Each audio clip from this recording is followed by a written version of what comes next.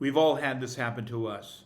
A student misses class, comes in the next day, he raises his hand and he asks, "Did we do anything yesterday?" This really gets my blood pressure up.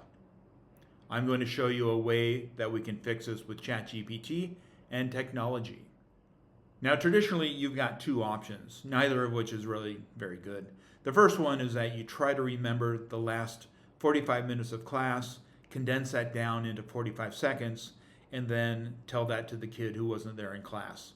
That's not going to be effective. The second one is to offload the problem on another kid and say, "Charlie, you got to talk to Larry. Larry was here. He'll fill you in on what happened." But Larry wasn't paying attention. He was probably doodling dragons in his notebook or something.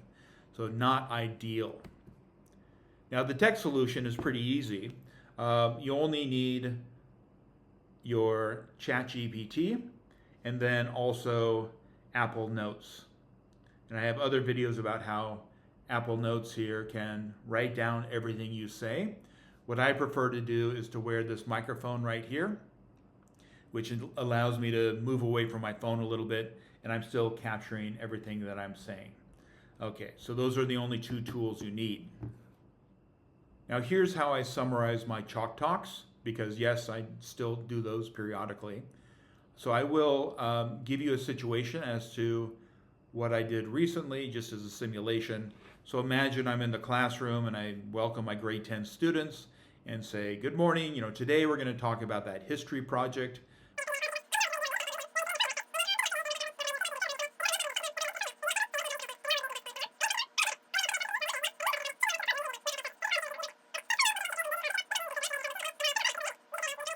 So remember a few days ago when I shared with you a picture of me with my COVID haircut?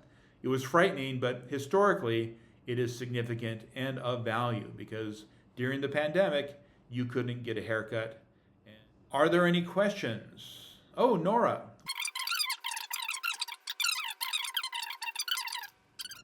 To summarize this really easy, just go to ChatGPT and type in "summarize this text" and then paste in what you've gathered from your Apple Notes.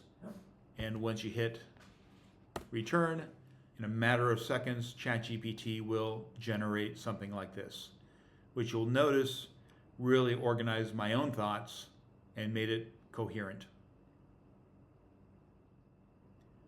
The generation here is clear and coherent and better than what I said the first time.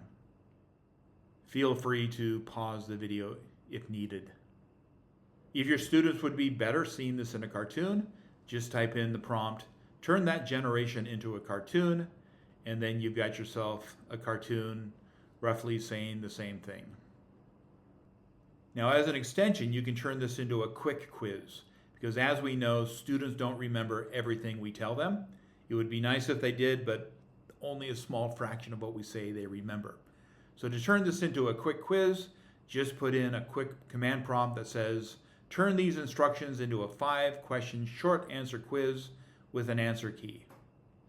Done.